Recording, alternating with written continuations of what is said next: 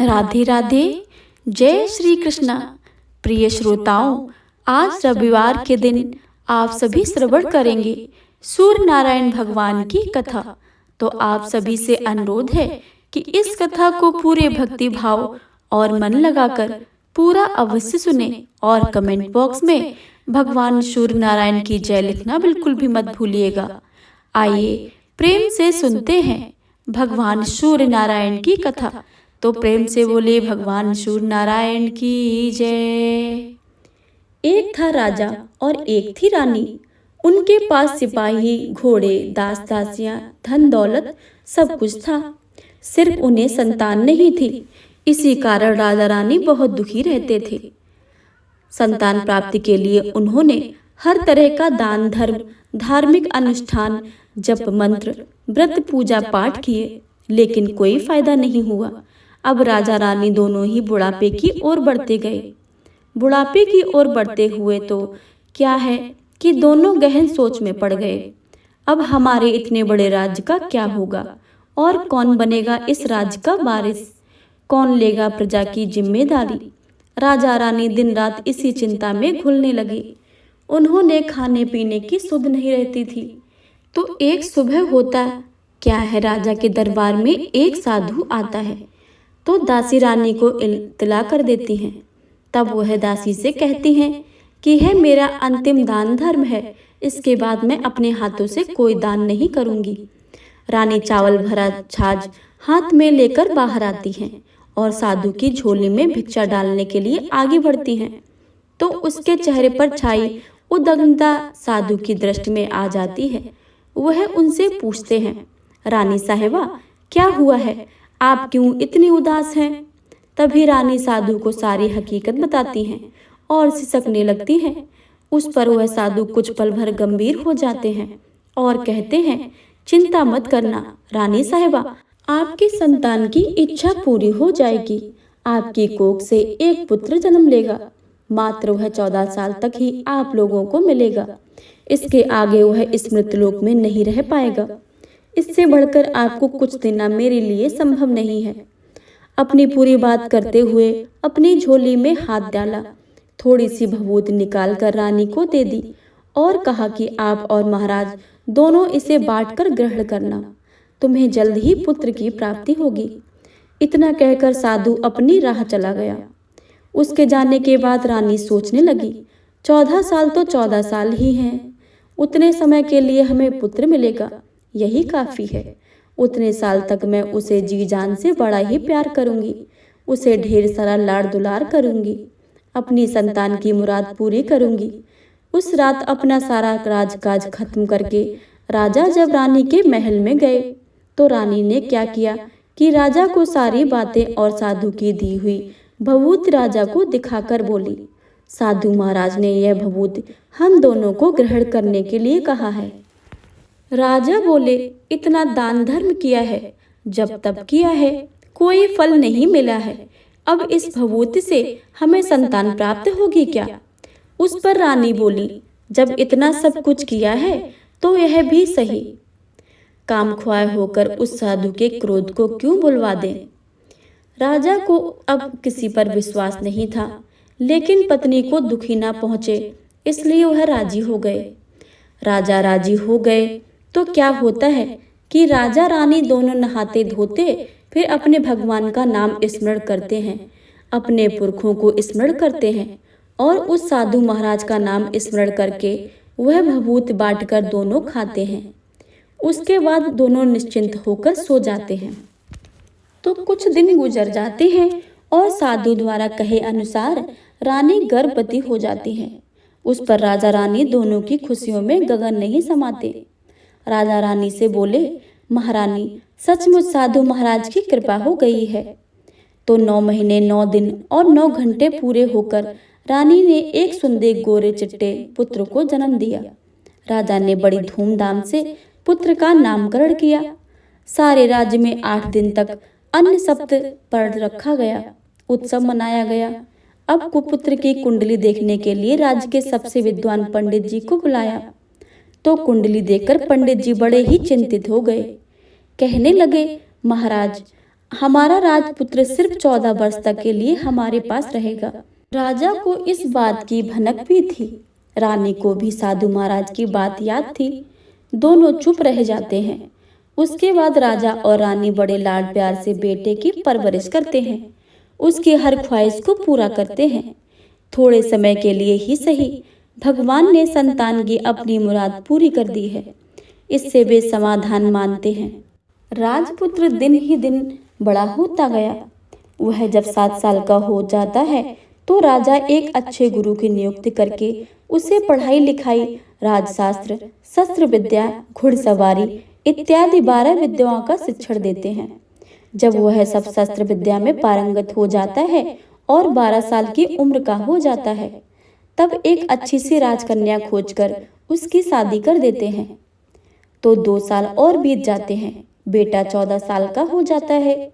एक दिन राजपुत्र राजा से बोलता है, पिताजी, मैं अपना सारा राज्य घूमकर देखना चाहता हूँ।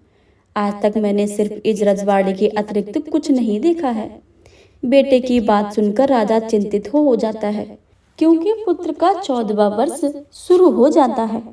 अब कोई अनहोनी होने का वक्त नजदीक आ पहुंचा था, लेकिन राजा ये बातें पुत्र को नहीं बता सकता था। वह क्या करता कि चेहरे पर खुशी लाकर बेटे से कहता, हाँ हाँ जरूर जाओ बेटा, तुम अपना सारा राज्य घूम कर देखना चाहिए। कहाँ क्या है यह सब जानना चाहिए। कल मेरे बाद तुम्ही को तो राजा बनना है। मात्र एक बात ध्यान को रखें कि तुम जहाँ भी रहो, क्या कर रहे हो, यह बात अपनी पत्नी को नहीं बताना। पुत्र कहता है, ठीक है पिताजी, आपने जो कहा है मैं वैसा अवश्य करूँगा। तो होता क्या है कि राजपुत्र दिन भर अपनी पत्नी के साथ मौज मस्ती करता है, खुशियां मनाता है और रात को ठीक 12 बजे बिस्तर से उठकर बाहर चला जाता है। फिर पौ फटने से पहले वापस अपने महल में आकर सो जाता है। ऐसे बहुत दिनों तक चलता रहा। वह पुत्र को 14वां साल खत्म होने में कुछ ही दिन बाकी रहते हैं। इतने में क्या होता है कि उसकी पत्नी यानी छोटी रानी रात में जाग जाती है। वह देखती है कि बिस्तर पर राजपुत्र है ही नहीं। वह चुप से महल में जाकर सब कुछ जगह देखती है, तो राजपुत्र कहीं भी नजर नहीं आता। तो वह क्या करेगी, किससे कहेगी? वह चुपचाप रहती है। फिर भोर होने पर वह देखती है कि उसका पति अपनी जगह पर सोया हुआ है। वह पति के से कुछ नहीं पूछती है, लेकिन दूसरी रात भी वैसा ही होता है। तीसरी रात और चौथी रात, ऐसे बहुत दिनों तक दिन चलते रहे। रानी बहुत ही चिंतित हो जाती थी कि पति रात को जाता कहाँ है, किससे मिलने जाता है। उसके मन में ढेर सारे सवाल उठते हैं, लेकिन उसे पूछने से डर लगता था। शायद पति गुस्सा होकर बैठे। सास ससुर से पूछने के बारे में सोचा तो उसकी कुल मर्यादा में बीच में आ जाती थी। तो इस तरह मन ही मन वह कुढ़ती रहती थी। इस हालत में उसे खाने पीने में दिलचस्पी नहीं होती थी। वह दिन पर दिन दुबली और पतली हो जा रही थी। तो उस राज्य में फूल बेचने वाले की एक बूढ़ी मालिन थी। वह हमेशा छोटी रानी को फूल देने उसके महल में आती थी। उस बुढ़िया का ध्यान छोटी रानी पर जाता है, तो वह पूछती है कि बेटी, तुम किस बात का दुख है? तुम इस तरह सूख कर कांटा क्यों बन रही हो? उस पर रानी कहती है, क्या बताऊं तुम्हें अम्मा, तुम्हारा राजपुत्र हर रात बिस्तर पर उठकर कहीं चला जाता है और सुबह भोर होते ही वापस आकर सोता है। वह कहाँ जाता है? प्रेमिका से मिलने जाता है क्या? क्या सोच सोच कर मैं अन्न जल ग्रहण नहीं कर पाती हूँ और सूख सूख कर इस तरह से कांटा बन गई हूँ। बुढ़िया सब बातें सुनकर उसे एक उपाय बताती है, तो बेटी ऐसा करना, आज रात तुम सोना मत, उसके पीछे पीछे जाकर देखना कि वह कहाँ जाता है, क्या करता है, उसकी अच्छी तरह से पहरेदारी करना। पर मुझे नींद आ गई तो?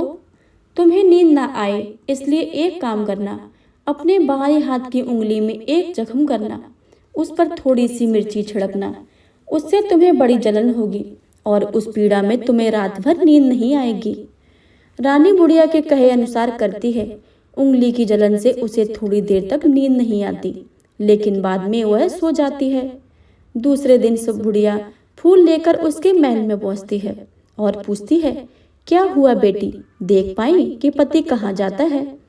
रानी कहती है कि नहीं अम्मा, पहले कुछ समय जलन पड़ने के कारण मुझे नींद नहीं आई, पर कुछ देर पश्चात मैं सो गई। बुढ़िया कहती है कोई बात नहीं, आज तुम उंगली पर पहले से थोड़ा बड़ा जख्म करना और ज्यादा मिर्च लगाना।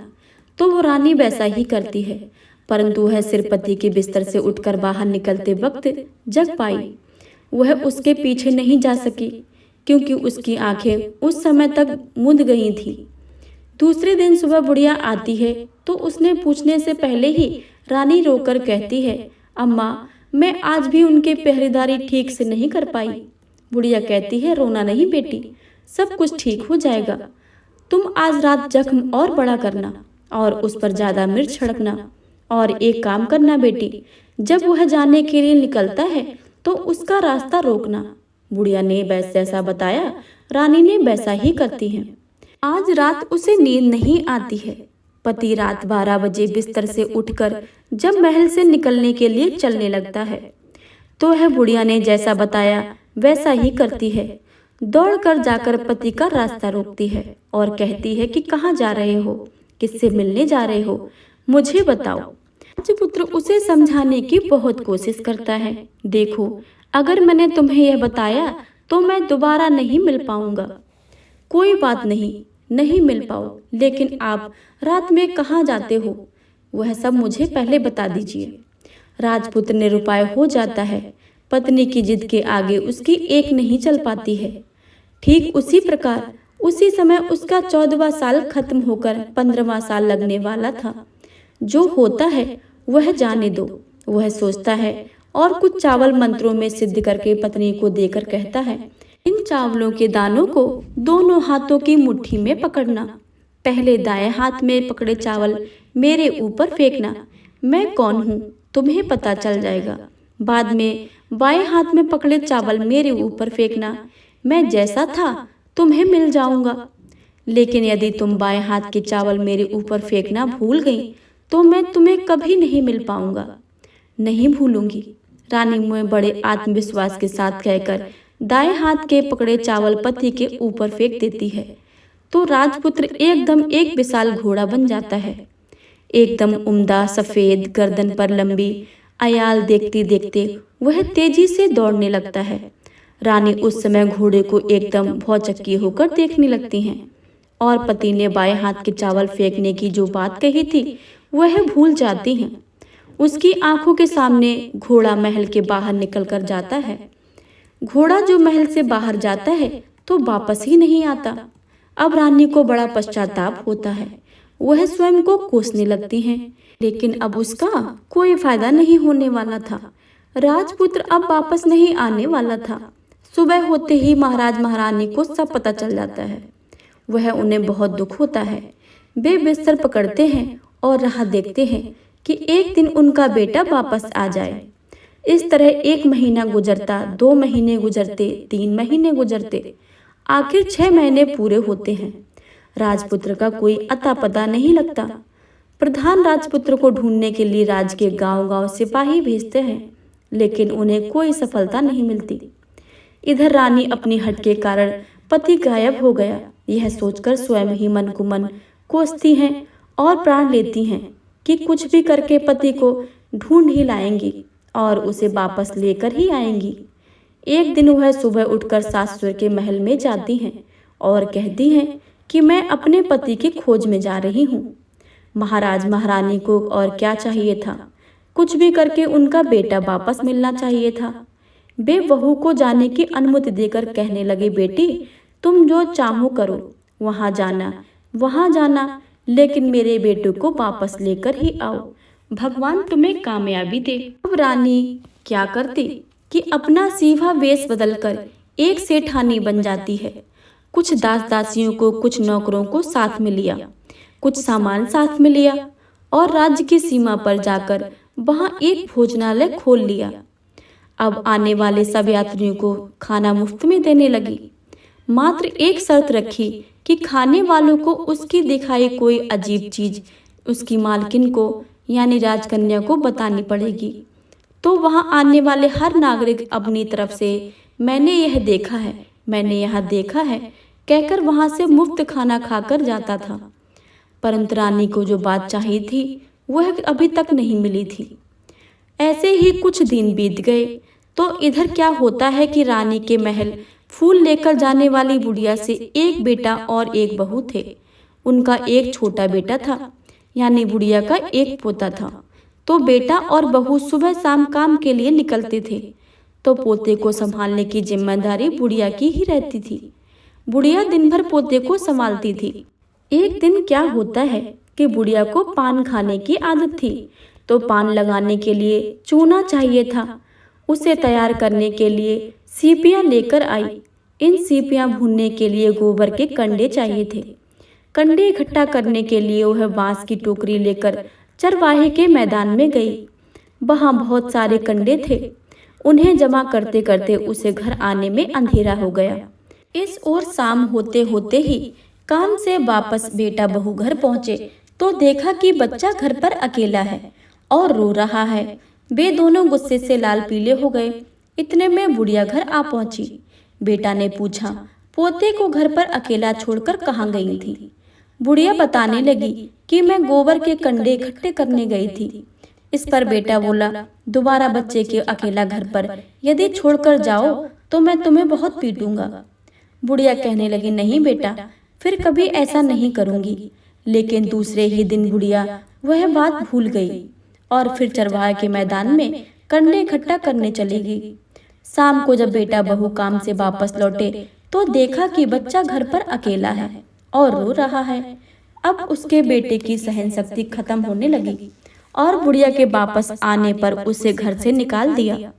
बुढ़िया रात भर घर के बाहर अंधेरे में बैठी रही और सुबह होते ही हाथ में टोकरी लेकर कंडे इकट्ठे करने लगी। उस दिन उस कंडे में इकट्ठा करने का मानो पागलपन सवार था। कंडे इकट्ठा करते करते कब अंधेरा छा गया उसे मालूम ही नहीं चला। उसे जब ध्यान आया तो गांव का रास्ता भी ठीक से नहीं दिख रहा था। वह अंधेरे में आंखें फाड़ फाड़ कर देखती देखती किसी तरह आगे निकल पड़ी। तो क्या होता है कि एक कपिला गाय छन छन की आवाज करते, गले की घंटी बजाते ठुमक ठुमक कर उस मैदान पर आ जाती हैं। उसे देखकर बुढ़िया सोचने लगती है कि इस गाय के पीछे पीछे जाऊंगी तो गांव में पहुंच जाऊंगी। तब बुढ़िया उसके गाय के पीछे पीछे जाने लगी। वह गाय क्या करती है कि उस मैदान से लेकर एक एक करके 6 मैदान पार करती है।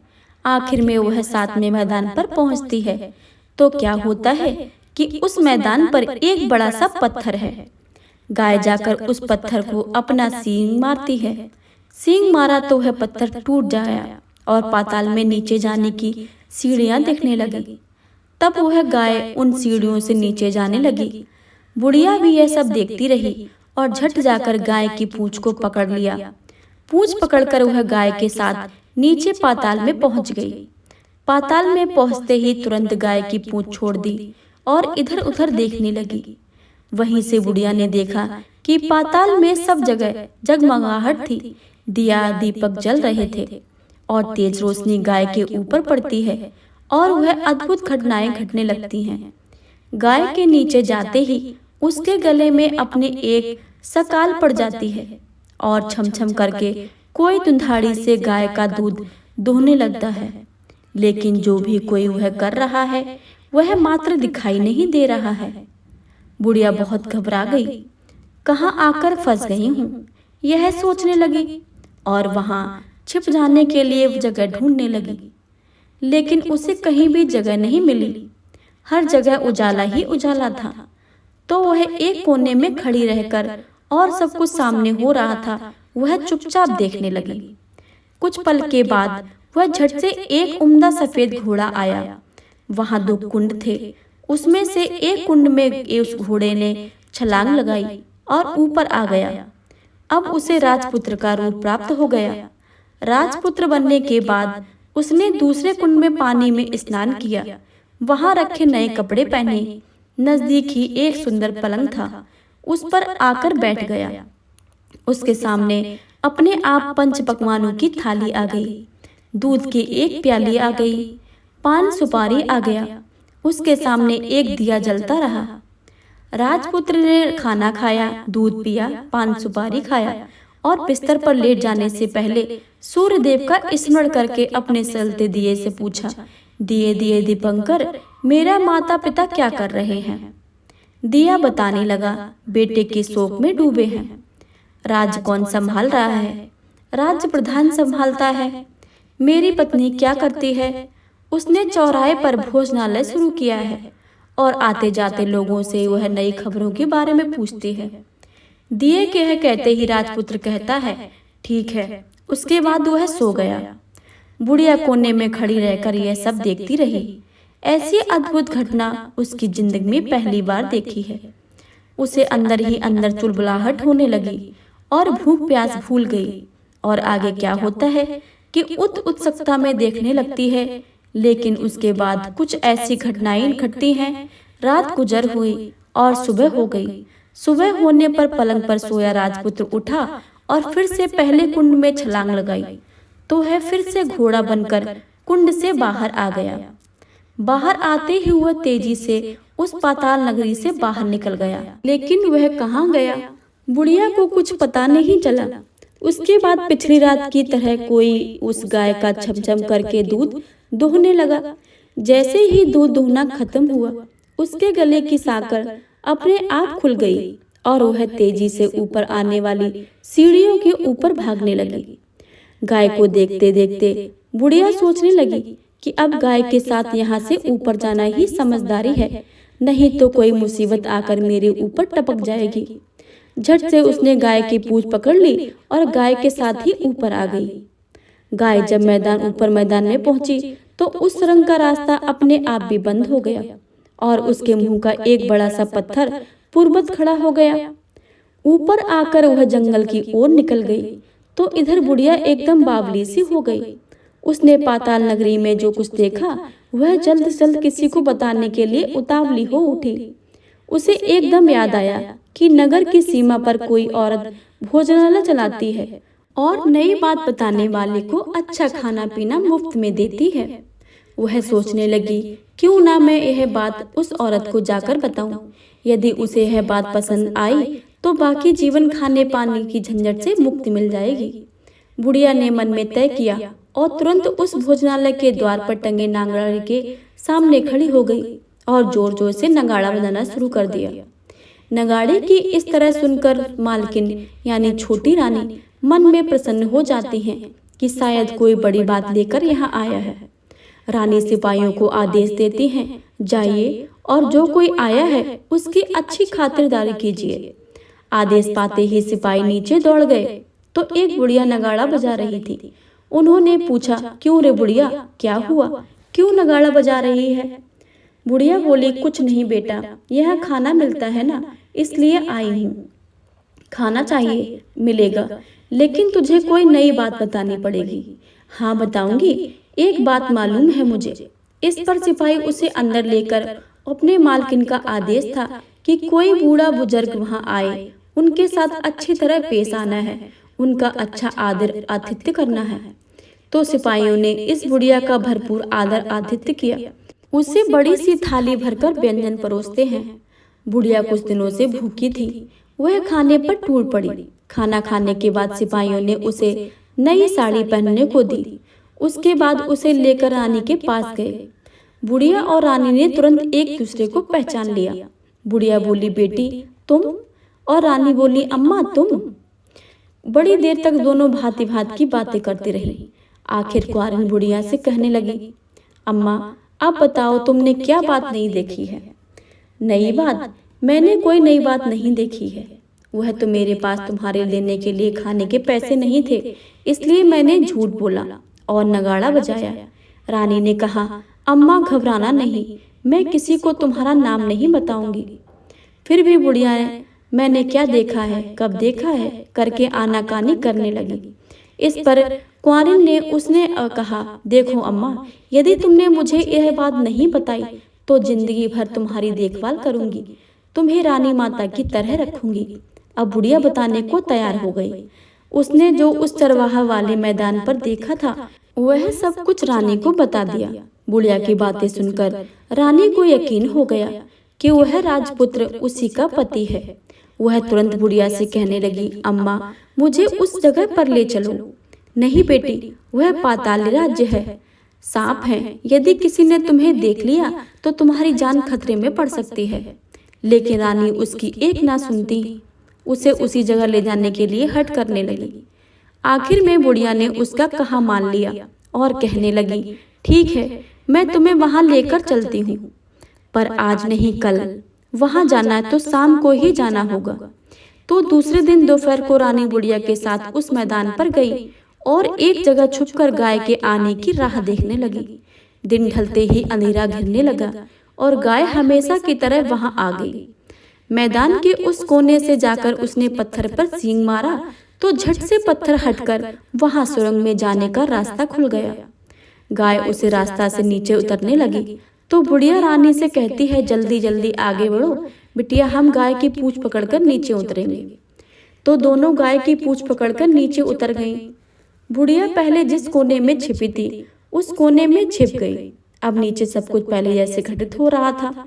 गाय के गले में अपने आप साकड़ पड़ गई और अदृश्य रूप में उसका दूध दूहने लगा। एक सफेद उम्दा घोड़े ने आकर एक कुंड में छलांग लगाई तो राजपुत्र के रूप में ऊपर आया। वह राजपुत्र दूसरे कुंड में नहाने लगा। बाद में उसके सामने खाने की थाली आ गई, दूध की प्याली आ गई, पान बीड़ा भी आ गया। राजपुत्र सब ग्रहण करके सोने के लिए पलंग पर गया तो सोने से पहले सूर्य देव का स्मरण करने कर दिए से पूछने लगा, दिए दिए दीपांकर, मेरे माता पिता क्या कर रहे हैं? तो दिया कुछ जवाब नहीं देता, बल्कि वह बुझने लगता है। तब राजपुत्र का कुछ अघटित हुआ, इसका संदेह हुआ। वह उदास हो गया और जो कुछ हुआ है वह जाने दो, ऐसा सोचकर सोने के लिए बिस्तर पर लेट गया। अब रानी का संयम छूट गया। वह दौड़कर पति के पास गई और उसके पैर पकड़ने के लिए आगे बढ़ने लगी। राजपुत्र तुरंत ही पत्नी को पहचान गया। वह झट से पीछे हट गया और चिल्लाने लगा, नहीं नहीं, मुझे मत छूना, सर्वनाश हो जाएगा। रानी दोनों हाथ जोड़कर पति से अपनी भूल स्वीकार करने लगी। स्वामी, मुझसे भूल हो गई है। मुझे आपसे नहीं पूछना चाहिए था कि आप रात को कहाँ जाते हो। मैं अपनी भूल स्वीकार करती हूँ। मुझे मेरी भूल की सजा मिल गई है। अब आप घर चलें। आपके वियोग में आपके माता पिता ने बिस्तर पकड़ लिया है। आपकी प्रजा भी बहुत दुखी है। उस पर राजपुत्र कहने लगा, वही तो, एक बार तुम गलती कर बैठी हो, अब दोबारा मत करना, नहीं तो अब मैं जो तुम्हें दिख रहा हूँ वो भी नहीं दिखूंगा। रानी अब विलाप करने लगी, जोर जोर से जमीन पर सिर पटकने लगी। राजपुत्र के मन में उसके प्रति दया उत्पन्न हो गई। वह उससे कहने लगा, यदि तुम मुझे पाना चाहती हो तो तुम एक काम करना पड़ेगा। काम कठिन है, लेकिन तुम अकेले करना होगा। कहो स्वामी, कितना भी कठिन काम हो मैं वह पूर्ण करूंगी, रानी कहने लगी। इस पर राजपुत्र ने उसे बताया कि इस पाताल से ऊपर जाते ही एक घना जंगल नजर आएगा। ऐसे 6 जंगल पार करने के पश्चात 7वां जंगल मिलेगा। वह जंगल सबसे घना है। उस जंगल के बीचों बीच एक पीपल का पेड़ है। उसके आसपास की जगह पत्ते, फंदे, जटाएं, कांटे इत्यादि से ढक चुकी हैं। वहां बाघ, शेर, सांप, भालू सभी धमा चौकड़ी में बैठते हैं। तुम्हें उन सब को भगाकर वह जगह साफ करनी होगी। उसकी गोबर से लिपाई पुताई और उसको पवित्र बनाना होगा। रंगोली से सजाना होगा। उसके बाद वहां धूप, कपूर, अगरबत्ती जलानी होगी। फूल कुमकुम से पेड़ के तनों की पूजा करनी होगी। दूध दही से बने चावल का भोग चढ़ाना होगा। ये सब तुम्हें दोपहर को 12 बजे के बाद पहले ही करना पड़ेगा। 12 बजने के समय तुम्हें उस जगह पर बैठकर सूर्य भगवान का ध्यान करना। ठीक 12 बजे सूर्य भगवान का रथ वहां उतरेगा। वे सब वहां देखकर खुश हो जाएंगे और कहेंगे कि जिस किसी ने यह सब किया है उसे मैं मन चाहा फल दूंगा। तो तुम सामने जाकर उनके रथ के दाहिना घोड़ा मांगना, मैं तुम्हें मिल जाऊंगा। इतनी बात कहकर राजपुत्र अपने पलंग पर सो गया और छोटी रानी भोर होने की राह देखने लगी। भोर होते ही वह बुढ़िया के साथ गाय की पूंछ पकड़कर ऊपर आ गई ऊपर आने के बाद वह बुढ़िया से कहने लगी, अम्मा अब मैं अकेले ही आगे जाऊंगी, तुम भोजनालय वापस जाओ। वह जंगल में जाकर राजपुत्र की बताई जगह ढूंढने लगी और स्वयं आरी से वह सब साफ करने लगी। बाद में राजपुत्र ने जैसे बताया वैसी लिपाई पुताई करके वापस आ गई। दूसरे दिन पौ फटने से पहले उठी और जंगल में उस जगह पहुंची। वहां जाकर इत्र गुलाब का पानी छिड़क कर वह जगह सुगंधित की, धूप अगरबत्ती जलाकर उसे पवित्र किया और पूजा की सब सामग्री वहां तैयार रखकर सूर्य भगवान का ध्यान करने बैठ गई। जैसे ही पति ने बताया कि दोपहर को ठीक 12 बजे सूर्य भगवान का रथ उस पीपल के पेड़ पर आकर रुकेगा। सूर्य भगवान ने जब रथ से नीचे देखा तो सुगंधित वातावरण देखकर वे बहुत प्रसन्न हो गए। फिर वे बोले, जिस किसी ने यह काम किया है यह आकर मुझसे कोई वरदान मांग ले और मैं उसे दे दूंगा। रानी ने जब यह शब्द सुनते ही वह तो बिना समय गवाए दौड़कर उनके सामने आ गई और उनको साष्टांग नमस्कार करके बोली, भगवान वह मैं वही हूँ, मैंने ही इस जगह को साफ किया है। अच्छा तो तुम जो चाहिए वह मांगो। भगवान मुझे आपके रथ का दाहिना घोड़ा चाहिए। सूर्य भगवान बोले, नहीं नहीं, मैं तुम्हें कुछ और भी दे सकता हूँ, लेकिन यह घोड़ा नहीं दे सकता। मेरे रथ के 12 घोड़े हैं, तुम चाहो तो कोई और घोड़ा मांग लो, लेकिन यह दाहिना घोड़ा नहीं, वह मैं तुम्हें नहीं दे सकता हूँ। छोटी रानी ने एक नहीं सुनी, वह सूर्यदेव से एक बात कह रही थी, वही दाहिना घोड़ा दे दीजिए, नहीं तो मैं आपके पैरों में गिरकर अपनी जान दे दूंगी। सूर्यदेव धर्म संकट में पड़ गए। उन्होंने वचन दे दिया था, अब अपने वचन से पलट गए तो नहीं हो सकते थे। ठीक है, दिया तुम्हें घोड़ा, सूर्यदेव ने कहा। फिर एक बात और भी कही, देखो मैंने तुम्हें घोड़ा तो दिया है, लेकिन वह तुम्हें यहाँ नहीं मिलेगा, तुम्हें उसे पाताल में जाकर ही लाना होगा। रानी बोली, पाताल में? मैं क्या भगवान, मैं उन्हें पाने के लिए कहीं भी जा सकती हूँ। रानी को वचन सुनकर सूर्यदेव अपने मार्ग में चले गए और इधर रानी जंगल से अपने भोजनालय में आ गई। फिर वह बुढ़िया को लेकर उस मैदान पर आ गई। जल्दी ही शाम हो गई। शाम होते ही वहां एक गाय आई। उसने सींग मारकर तुरंत सुरंग को बना दिया और नीचे उतरने लगी। रानी और बुढ़िया जल्दी जल्दी उसके पूंछ पकड़कर नीचे उतर आई। नीचे पाताल में सब घटनाएं पहले की तरह घटने लगी। घोड़े का एक कुंड में नहाकर राजपुत्र बन जाना, नहा धोकर पलंग पर बैठ जाना, तो उसने थाली खाने की, दूध की प्याली आना, पान बीड़ा आना। लेकिन आज एक बात नहीं घटी। आज 2 थाली, 2 दूध की प्याली, 2 पान के बीड़े उसके सामने आए। वह कुछ नहीं बोला। उसने हिस्से की थाली खाकर, दूध पीकर और पान बीड़ा चबाकर वह सोने चला और हमेशा की तरह दिए से पूछने लगा, दिए दीपांकर, मेरे माता पिता क्या करते हैं? दिया ने बताया, वे दोनों बहुत शोक से मरने की स्थिति में पहुंच गए हैं। ऐसा झट से उसकी आंखों से आंसू टपकने लगे। फिर वह पूछने लगा, दिए दीपांकर, मेरा राज्य कौन चला रहा है? तुम्हारा राज्य प्रधान चला रहा है और सब कुछ हड़प चुका है। वह प्रजा पर बहुत अत्याचार कर रहा है। सुनकर राजपुत्र को बहुत गुस्सा आया। वह गुस्से से अपने मुट्ठी भींचने लगा। वह पूछने लगा, दिए दीपांकर, मेरी पत्नी क्या कर रही है? अब दिया कुछ नहीं बोला, चुप रहा। अब रानी का संयम जवाब दे गया। वह दौड़कर पति के गले लग गई। अब मैं तुम्हें मिल गई हूँ, राजपुत्र कहने लगा। सच कहते हो? आप फिर से सा घोड़ा तो नहीं बन जाओगे? नहीं, दोबारा घोड़ा नहीं बनूंगा। मैं तुम्हें जो इतने सारे संकट कष्ट उठाए हैं मुझे पाने के लिए, इसलिए सूर्यदेव ने मुझे सदा के लिए घोड़े के जन्म से मुक्त कर दिया। राजपुत्र ने बड़े प्यार से कहा और उसे गले लगाया। उसके पोछे आंसू पोछे और कुछ देर के पश्चात भोर हो गई तो गाय की श्रृंखला टूटकर उसे ऊपर भूलोक जाने लगी। रानी, राजपुत्र और बुढ़िया उसके पूंछ पकड़कर ऊपर आ गए। ऊपर आने पर वे सीधे भोजनालय में पहुंचे। वहां का सारा सामान लोगों में बांट दिया और उसका ताला लगाकर अपने राज्य में लौट गए। राजपुत्र वापस आता और उसके तेवर देखकर प्रधान घबरा गया। राजपुत्र ने उसे बंदी बनाकर कैद खाने में डाल दिया और राज्य का बागडोर अपने हाथों में ले ली। उसके बाद वह अपने माता पिता को मिलने उनके महल गया। तब राजपुत्र को क्या दिखता है कि उसके माता पिता उसके शोक में अस्थिर पंजर बन गए हैं। पुत्र को वापस आया देखकर मरणासन राजा रानी की आंखों से आंसू टपक टपक बहने लगे। इन दोनों ने पुत्र को गले लगाया, उसे प्यार से सहलाया। इतना होने के बाद उनके सेहत से एकदम सुधार आने लगा। वे अब बिस्तर से उठकर बैठ गए, पुत्र को आशीष देने लगे। राजपुत्र के आने की खबर तुरंत राज्य में फैल गई। प्रजा खुशी से फूली नहीं समाई। प्रजाजन राजमहल के सामने इकट्ठे हो गए। राजपुत्र ने भी उन्हें दर्शन दिए और आज से उन्हें कोई दुख नहीं पहुंचाएगा, ऐसा वचन दिया। अब राजा अपने पुत्र का राज्याभिषेक करके उसे सिंहासन पर बिठाता है और बहू को महारानी का दर्जा देता है और स्वयं अपनी पत्नी के साथ ईश्वर स्मरण के लिए खुशी खुशी दिन बिताता है। महाराज बना राजपुत्र अच्छी तरह से राज चलाने लगा और अपनी पत्नी के साथ सुख और शांति से जीवन बिताने लगा।